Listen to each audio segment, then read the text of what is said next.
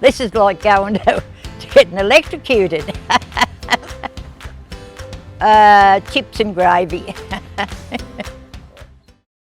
My dad worked at the powerhouse where they used to arrange electricity for all hay. He was at first a drover in his young teenagers. Had his bed rolled out and he got in one night and there was a snake in his bed and it bit him on the chest. And he said the fellas with him cut it and sucked it and brought him in horse and cart. And he said the nurses at the hospital walked him around all day and all night without stopping. He said one would take over, the next one would come, and Dad survived. Mum was lovely, yes. They didn't drink beer. None of them drank beer in those days. I think Dad might have had a little bit of a bottle of whiskey hidden one around somewhere, I don't know. But when Dad used to see people with cross eyes, he used to always turn over his money because it was bad luck to see people with cross-eyed if you didn't turn your money over. I was born in Hay, 1932. I'm nearly 91 on the 11th of May this year, I'll be 91. Jean was my eldest sister, Shirley, then myself and then Royce. There was 4 of us. I was very shy, yeah. I always stood back, yeah. I always did as I was told. I think I was a good child. I never caused any trouble. Dad had a good job. As I said, you see other people around, they'd go without shoes and socks, and we had just everything we wanted. We went on holidays. But I had a really lovely life, yeah, young life, yeah. I went to school at the Hay Public School and then at the Hay High School. I loved school. The governor of the jail moved and the governor's house came up for sale in Piper Street. So Dad bought that house. And in the backyard there used to be a black shed. And I used to have all the talk about the place, and the minute I got home from school I'd go to the black shed and I'd start writing everything on there I learned at school. Well, I wasn't naughty at all at school. I was a good pupil. I can't ever remember getting the cane. I used to see a lot of kids have to hold their hand out or turn it over to get the cane, and I used to think, oh, I was never a runner. I used to do a lot of knitting. We used to have a teacher there, old Ned Welch, and he used to be the librarian. And he used to live on that corner. You know, if you're going up the lane of IGA, there's an old house there on the corner. He used to live there. And he was baldy on top, but he used to have a lot of hair that come around. And he used to wind it round and round and round and round, and then he'd stick a bobby pin in it. And then every now and again he'd be at school and he'd be taking that bobby pin out, cleaning his teeth with it. But when I was a young girl working, I always said as soon as I finish work, I am definitely going to America. No, I never ever got to America. Now I don't want to go to America. Well, I always wanted to go to the Junie chocolate factory. That was always my wish. But last Saturday we went over to the malt house and they had chocolates up the back. And they find out now Junie Chocolate Factory no longer makes soft centres. They're all chocolate-coated almonds, chocolate-coated strawberries. So I said, I never want to go to Junie Chocolate Factory. I used to like dancing. All the dances, I used to go to all the dances. I got Belle of the Ball one year. I never missed a Saturday night dance. Cost me a fortune for the dress though. In those days, you got your intermediate at year 10. So I went until I got my intermediate, and then I got a job at the baker shop. My sister told me she was leaving the hospital. There was a job at the office for me, and I worked at Smith Simpson's. And then I left there and went to Hay Motors. I don't know, I never tried how fast I could type, but I know after the meetings at the hospital, you had to type all the meetings out, and I'd be doing about 20 copies of all the meetings to give to everybody what was going to be on the agendas. Father, when I was working too, I also went back to the hospital as a seamstress. And I used to have to do all the sewing for them. I used to have to make, in those days when people died, they used to put them in a shroud. You weren't allowed to dress them in their clothes. And I used to have to make these terrible shrouds for them. And as you sewed with the sewing machine used to be a knee presser. You had to push it with your knee. And as the needle went through, all this powdery stuff used to come off the shrouds. And I used to have to wear tie a thing around my nose otherwise you'd breathe it up. And they had these frilly necks around them, and I used to think, you see that in a lamb chop or something advertised now in the butchers, and I used to think, and I used to make the shrouds like that to bury people in. When I was about 10, the Rosewarnes owned Willowdale out at Bullygool, and they used to come in horse and carts and they'd bring in wood, or they'd bring in eggs, or they'd bring in ducks, and they'd go up to Auntie Kate Curtis's. And in those days there was a flat. All those houses from Piper Street up behind the jail were empty. There was no houses there at all. And I could see from my veranda when the Rosewarnes arrived. And we'd go up there and we'd see Jack and his brother Ted and all those arrived. I was about 10 or 11. We used to race up there, oh, the Rosewarnes have arrived, the Rosewarnes have arrived. So I knew Jack and all of them then, and they used to come in horse and carts, sell wood and everything. Of a night we used to go out and play under the lanterns, hide and seek, and I never went pinching fruit like the rest of them used to, or throwing stones on people's roof. I was never going to do those sort of things.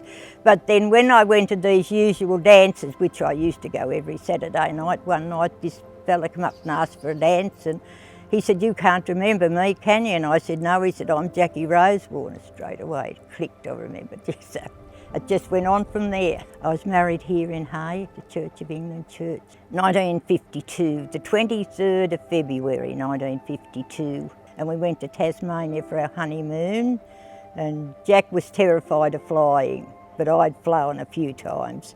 And the plane took off, and then something happened and we had to return to Melbourne. Of course, Jack was terrified again then to get on the plane, so we had to stop that night and go again the next day. I wouldn't go out and live at Willowdale because they had snakes, and I was terrified of snakes. He took me out there when we were engaged and got me to open the gate, and when I got out to open the gate there was a snake at the gate. And when I got to the house I saw a mouse in the house, so I said, I'm not living here. It was terribly hard because Jack was a drunkard. It's not much use saying one thing and meaning another. He was, well and truly, but shearers, that's all they ever do. But the shearers used to drink a lot, and Jack was never home. He was always out drinking, and sometimes he'd go for weeks. I used to always, as I said, I always done my face up until the kids were born, and then I never found time to do my face up because, as I said, I used to have to do everything. Jack was never home. If he was out shearing all the week, Jack never ever give me money. He never ever handed me money. He'd hide it. And when Jack went out to work on the following Sunday, I used to spend hours trying to find Jack's money. If I could find it, I was never game to take all of it. I used to just take some of it. I'd say to him, Jack, I've got no money, and he's going to the pub. I'd say, you've got money to drink. He said, yeah, but if I don't go to the pub, I won't get work. That's where I get work from. I used to say there were school things on, and they'd want the parents at school. Jack would say, oh, I'm not going, I'm going to the pub, and he'd go to the pub, and I had to do all those things by myself. I had to practically rear the kids by myself. Jack didn't do any of that.